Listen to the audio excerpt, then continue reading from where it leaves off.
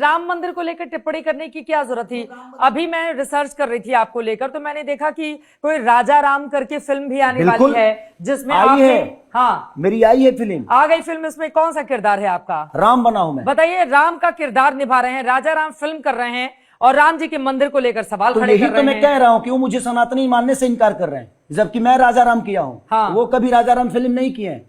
राम पे सबसे ज्यादा गाना गाने वाला मैं आदमी हूं। तो दिल से नहीं लगाया ना राम को, तभी तो ऐसे बोल रहे हैं। वो मेरे दिल में है, राम मेरे दिल में है, कृष्ण मेरे दिल में है, सारे देवता देवी मेरे दिल में है। तो जीवन भर राम पे नहीं, टेंट पे थोड़ी ना रहते। अच्छी बताइए, अगर राम मंदिर बीजेपी के शासन में बना है, उसको वो मुद्दा बनाकर उठा रहे हैं। अरे सीतामढ़ी में देखिए, सीता माता का मंदिर बिल्कुल बनना चाहिए। मेरे कहने का मतलब कि राम मंदिर भी बनाइए, सीता मंदिर भी बनाइए, आप कृष्ण मंदिर भी बनाइए, लेकिन मेरे कहने का मतलब कि आप अस्पताल भी बनाइए, आप कॉलेज भी बनाइए, आज फैक्ट्री भी बनाइए ना। लोगों को रोजी रोजगार कैसे मिलेगा? आप मुझे इतना बता दो कि राम मंदिर बना, हम पूज लेते हैं, पेट भर जाएगा हमारा? आस्था मन में होता है कि मंदिर में होता है? मुझे इतना बता दीजिए आप।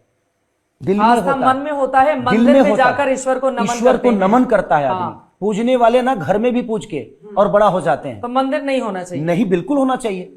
मैं कब कहा कि नहीं होना चाहिए? लेकिन सिर्फ मंदिर मस्जिद ही नहीं होना चाहिए, उसके साथ साथ लोगों के लिए व्यवस्था भी होनी चाहिए। बीमार होते हैं तो क्या मंदिर जाते हैं हम, कि अस्पताल जाते हैं? मुझे बताइए। तो दोनों अलग अलग विषय है ना, दोनों अलग अलग विषय है। तो ये लोग उसको जब राम मंदिर नहीं था तब कौन सा अस्पताल यहाँ पर विपक्षी दलों की सरकार ने बनवा लेते, बड़ा बड़ा अस्पताल दिखा देते कि हमारे शासनकाल में देखिए कैसा अस्पताल बना। तब क्या हुआ? वो कह रहे हैं एम्स देने का काम हमने किया, बड़े बड़े अस्पताल देने का काम हमने किया, ये गिनाते हैं लोग एनडीए वाले। अच्छा ये बताइए, आज से 25 साल पहले का खेसारी हूं मैं अभी?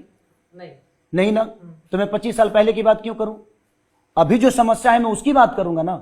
अभी मैंने क्या किया है, वो मैंने क्या अर्जा है, मैं उस पर बात करूंगा ना। तो आप 25 साल पहले की बात क्यों करते हो? आप अभी की बात करो ना कि अभी आपने क्या किया है। तो अभी अगर किए हो तो बता दो कि मैंने ये किया, मैंने ये किया, मैंने ये किया, लोगों को रोक लिया, मैंने प्लान रोक दी, मैंने। अब सिर्फ यहाँ ट्रेन मिलती है, काश 12 जो ट्रेन खुली है बिहार के लिए, 12 फैक्ट्रियां लग गई होती, तो वो जो ट्रेन में भर के आते हैं, कम से कम वो 12 ट्रेन वाले कम से कम उस फैक्ट्री में काम करके अपने परिवार के साथ रहते। कम किया है, अगर लालू यादव राज से तुलना की जाए तो पलायन में काफी कमी आई है, ये नीतीश कुमार की ओर से ही कहा जाता है। अब मैं आ जाती हूँ दिनेश लाल यादव निरहुआ, उनकी ओर से आपको, वो खुद यादव समाज से आते हैं, आप भी उसी समाज का हिस्सा हैं, वो आपको यदमुल्ला बता रहे हैं, कह रहे हैं वो यदमुल्ला हो गया है। बड़े भाई हैं, वो प्यार करते हैं मुझसे, वो बड़ा भाई हो गए। बिल्कुल बिल्कुल, उनका योगदान मेरे जीवन में बहुत है। मेरी फिल्म जब रिलीज नहीं हो रही थी, साजन चले ससुराल पहली फिल्म थी मेरी 2011 की। तो उन्होंने पेमेंट दिया था रिलीज करने के लिए। अच्छा, तो उनका योगदान है, ठीक है, वो बड़े भाई हैं, बोल रहे हैं। कभी ऐसे बोला नहीं, लेकिन राजनीति में आने के बाद शायद उनको मैं बुरा लगने लगा। उनको लग रहा है कि आप राम जी के खिलाफ नहीं, शायद मैं अगर बीजेपी में गया होता तो ऐसी बातें नहीं होती। वो भी मुझे प्यार करते और ऐसे शब्द का उच्चारण कभी नहीं करते मेरे लिए, क्योंकि मैं हमेशा दमदार तरीके से बोले हैं यदमुल्ला। अच्छी बात है, कम से कम उस लायक तो हूं मैं, कुछ तो बना, मैं कुछ तो बना। यदमुल्ला ये कोई शब्द ही नहीं है। क्या जो मुल्ला है वो हमारे देश के नागरिक नहीं है? क्या मुसलमान हमारे देश के इंसान नहीं है? मैं अपने जाति चाहे धर्म का कोई मानता ही नहीं, मैं सिर्फ एक इंसान के तौर पे इंसान को मानता हूं। शायद उनको लगता होगा हिंदू मुसलमान सिख ईसाई दुनिया जहान, बट मुझे लगता है कि मैं आज सारे समाज में जाता हूं, मुझे अपने बेटे की तरह हर आदमी प्यार कर रहा है। तो मैं कैसे कह दूं कि ये मेरे जात का नहीं है और मेरे धर्म का नहीं है? ये बात तो आपकी बहुत सही है, लेकिन बिहार में बिना जाति की पॉलिटिक्स कहां होती है? जाति और धर्म इस राज्य की कड़वी हकीकत है। जब टिकट भी दिया जाता है तो देख कर दिया जाता है कि कौन सी जाति कहां पर ज्यादा है, वहां पर दे दो और वहां पर। ये उसके लिए है जिसको नेता बनना है, मुझे नेता बनना ही नहीं है। मैं बेटा बन के जीवन चलाना चाहता हूं। जिनको नेता बनना है उनको जाति देख कर दी जाती है।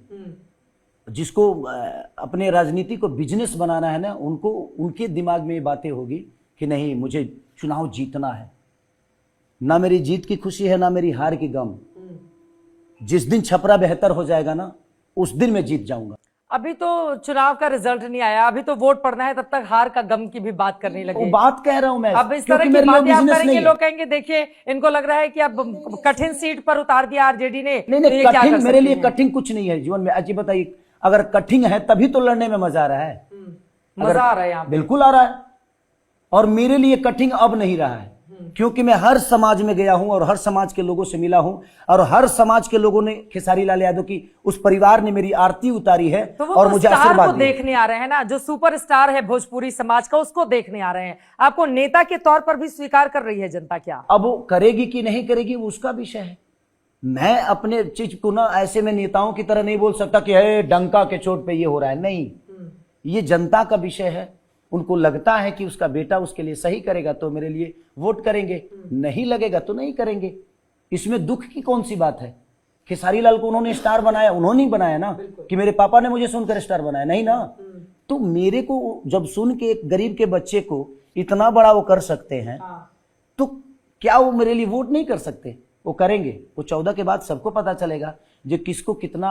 मैं सच पूछे तो अंतर के लिए अभी मेहनत कर रहा हूं, कितना अंतर हो, जीत के अंतर के लिए, अंतर इतना के ही लिए खेसारी confidence हो मेहनत गया कर, है। हाँ खेसारी अंतर के लिए मेहनत